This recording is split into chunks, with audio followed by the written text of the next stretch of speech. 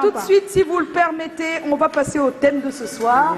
Et le thème de ce soir, c'est une coïncidence. Hein. Ça parle des parents et des enfants. L'éducation, c'est une coïncidence. Êtes-vous sûr de comprendre vos enfants, hein, chers parents? Et puis, est-ce que eux, vous pensez qu'ils vous comprennent? Parce que des fois, on ne sait pas. Hein. Et on a fait une petite enquête là-dessus. Ernestine, c'est toi qui étais sur le terrain. Oui, bien sûr. Et je profite pour passer un gros coucou à tous les parents qui nous regardent depuis leur petit écran, à la maison ou au boulot, parce que, comme Joyce a dit, cette question vous concerne. Êtes-vous sûr de comprendre vos enfants et vos enfants vous comprennent-ils? Quelques-uns d'entre vous se sont prêtés au jeu pour répondre à la question. Et bien sûr, pour nous éclairer, toujours notre expert à l'affût, c'est Monsieur Marius Chassep, qui est psychologue des enfants. Ados. Voilà, on écoute tout de suite. Il y a des moments où on a l'impression à la maison qu'on ne se fait pas comprendre par l'enfant. Parce que quand vous donnez par exemple une consigne à l'enfant, as-tu tête? Peut-être elle n'exécute pas la tâche que vous lui avez demandé de...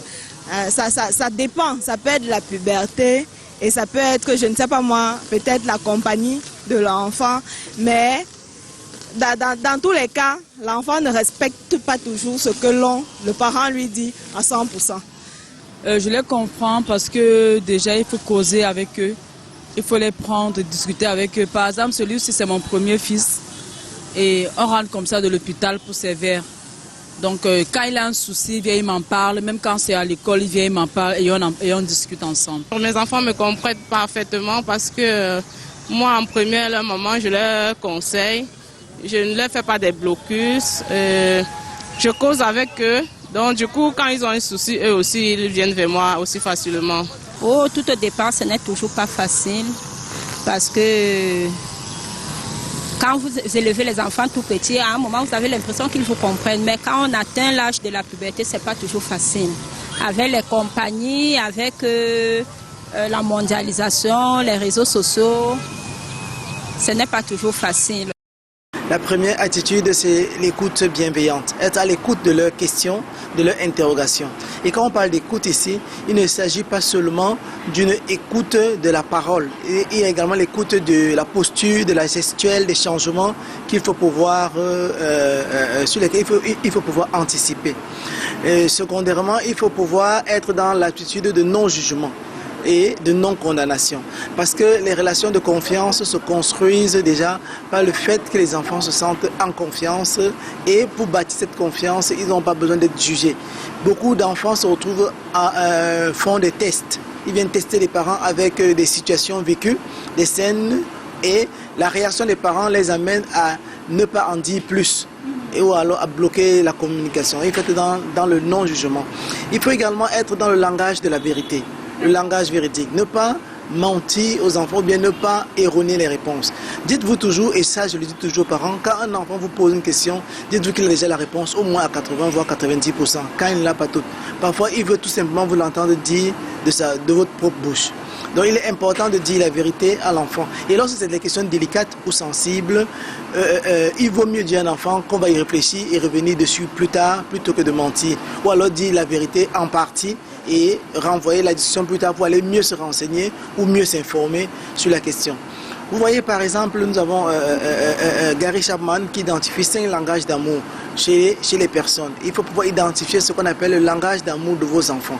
Il y a des enfants qui comprennent, qui sont plus sensibles par exemple aux appréciations, d'autres qui sont plus sensibles au toucher physique, d'autres qui sont plus sensibles aux cadeaux, certains sont plus sensibles aux moments de qualité, ainsi de suite, ainsi de suite. Donc, la première astuce, c'est déjà la complicité. Il faut que les parents apprennent à être complices de leurs enfants, que les parents passent du temps avec leurs enfants, qu'ils jouent avec leurs enfants, que ce ne soit pas rien qu'une relation autoritaire, une relation de commandement et tout cela.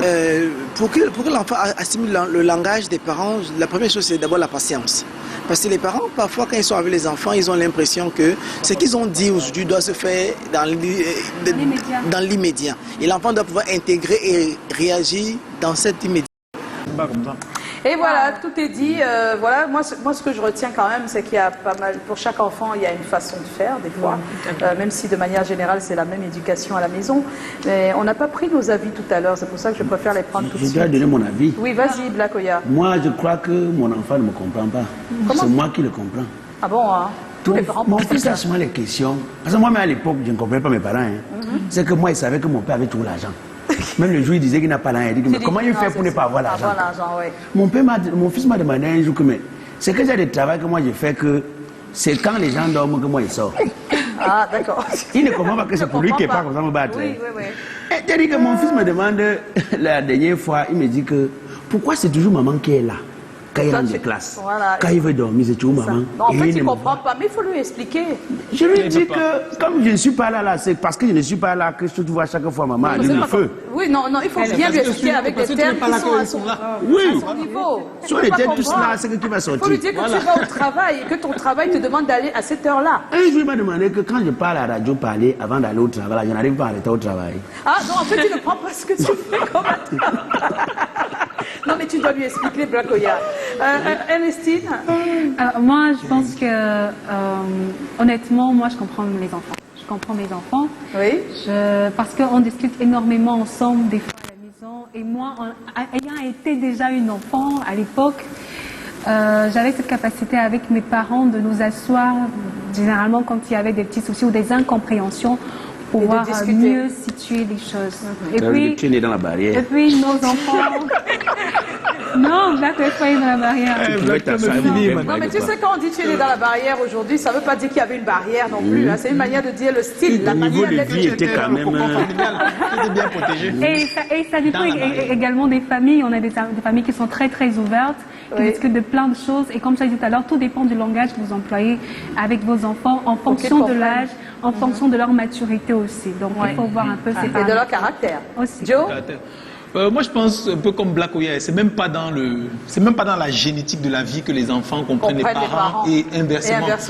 Par contre, je pense qu'on devrait essayer d'apprendre les uns les autres le langage. Principalement, les parents devraient être le plus proche possible des enfants, apprendre leur langage et essayer de convertir la réalité pour qu'ils puissent, je sais pas, l'approcher un minimum. Je veux dire, un peu comme avec le concept de papa, tu fais quoi? Pourquoi tu es pas là? Maman est là. Je sais pas, tu peux lui sortir un truc à la Papa Noël. Je sais pas, truc, mais. À la Papa Noël. On en descend. Et de chocolat bronzé. Moi, j'ai jamais été parent, donc du coup, je peux pas. Mais je vis avec ma petite sœur qui me pousse à un moment donné à être parent. Et je pense, moi, j'ai toujours prôné le dialogue. C'est vrai que ça dépend aussi de la tranche d'âge de l'enfant, parce qu'il y a un âge où l'enfant lui comprend rien, il veut juste avoir ce qu'il veut et faire ce qu'il a envie de faire. Mais je pense que dans tous les cas, il faudrait dialoguer, beaucoup de dialogue avec l'enfant. Après même dire à l'enfant exactement de quoi est-ce qu'il en est. Lui dire de quoi est-ce qu'il en est, parce que après les enfants, on a tendance à penser que ce sont des enfants qui ne comprennent pas, mais ils comprennent. Non, ils comprennent quand on parle vraiment à leur niveau. Tatiana, je vous écoute depuis, j'ai l'impression que je suis seulement chef bandit ou Satanas. Comment ça? Honnêtement, les enfants d'aujourd'hui là, quand tu penses qu'on s'est compris, l'enfant te réinitialise. Oui. C'est-à-dire, moi, je ne sais pas vous, mais ils sont très rapides. J'ai de très jeunes enfants, ils sont tout petits, et je pense qu'on n'est pas parents aussi pour rien. On est parents parce qu'on doit les apporter quelque chose qu'ils n'ont pas. Donc, parfois, on n'est pas obligé de se comprendre. Tu me comprends? Hein? Si tu ne me comprends pas, tu intimides qui? Je te pousse à me comprendre.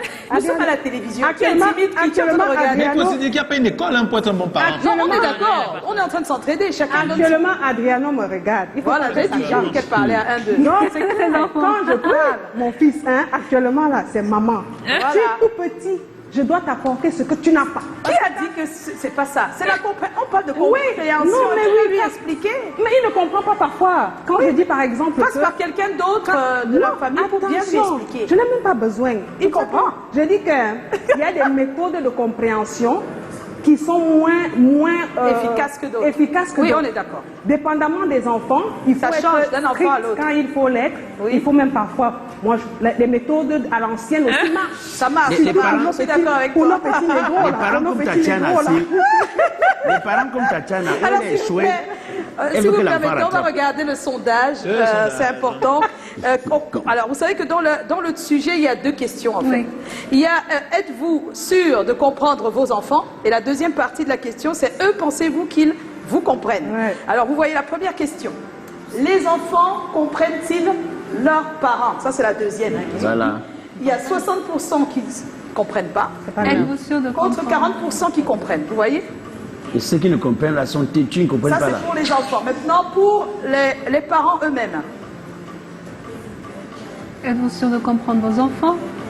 Qu'est-ce qui se passe? Êtes-vous sûr de comprendre vos enfants? On a 80% de oui, et on a 20% de non. Généralement, le parent est sûr de maîtriser son enfant. Généralement. Peut-être 2 ou 3 messages sur la page. Oui, juste rapidement. D'accord. Donc, et à Liliane Kouam, c'est comment? On est là. On est là. Alors, la plupart du temps, ce sont les enfants qui peinent à comprendre des décisions et choix de leurs parents, peut-être parce que les parents n'ont pas le bon tact, ou ne sont pas eux-mêmes des exemples et garants de ce qu'ils prônent, ou alors ils communiquent mal. Dans tous les cas, il est important de travailler... En tout cas, dès que tu n'es pas un exemple, c'est déjà une mauvaise communication. Également. Donc, il est important de travailler sur les bonnes bases d'une communication saine qui va déterminer le climat entre vous et vos enfants et permettra de mieux vous entendre. Voilà, un deuxième et puis on s'en va. D'accord, merci. Il y a Rosa Blanca, c'est comment? On est là. Les parents qui crient seulement sans jamais écouter l'art. Toujours à prendre exemple sur les enfants des autres, autant leurs parents cachent eux. On vous parle ici. C'est pas bon. Merci pour les messages. Merci pour toutes ces... Est-ce qu'il y a quelqu'un dans le public qui aimerait dire quelque chose? Voilà. Encore donnez-lui le micro, s'il vous plaît.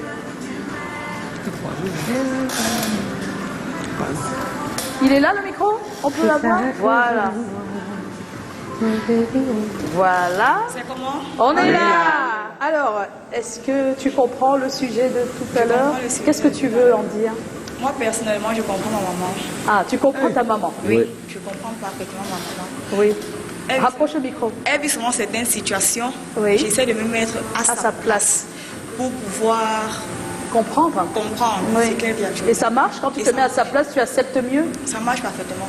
Bien, même comme parfois ça me fait souvent un peu de la peine. Oui, ça peut faire de la peine, mais tu comprends quand même. Je comprends quand même. Oui. Donc du coup, souvent elle me demande de ne pas me mettre à sa posture face à sa situation. Oui, parce que toi, chaque fois, tu te mets à sa place.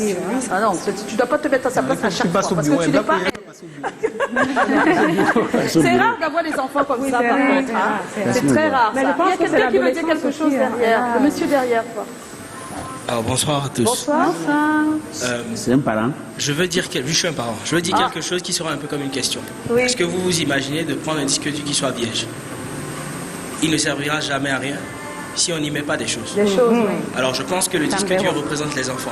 Oui. Pour qu'un disque dur serve à quelque chose, il faudrait inculquer des choses à l'intérieur. Tous les enfants sont comme des disques durs. Si on ne fait rien, si on n'y met rien, que ce soit personnellement, il va rester que ce soit personnellement en tant qu'homme debout, ou que ce soit de par les paroles, il n'y aura rien. Il n'y aura rien. Merci. Je veux surtout dire que les parents africains n'enlèvent pas la verge autour des enfants. Sinon, on va perdre l'Afrique. On va perdre l'Afrique, notre culture. Merci. Le sujet était là. Vous pouvez continuer sur nos réseaux sociaux. Et tout de suite, avant le tirage au sort pour avoir le dernier gagnant ici avec nous, on va retrouver Tatiana avec les People Balls.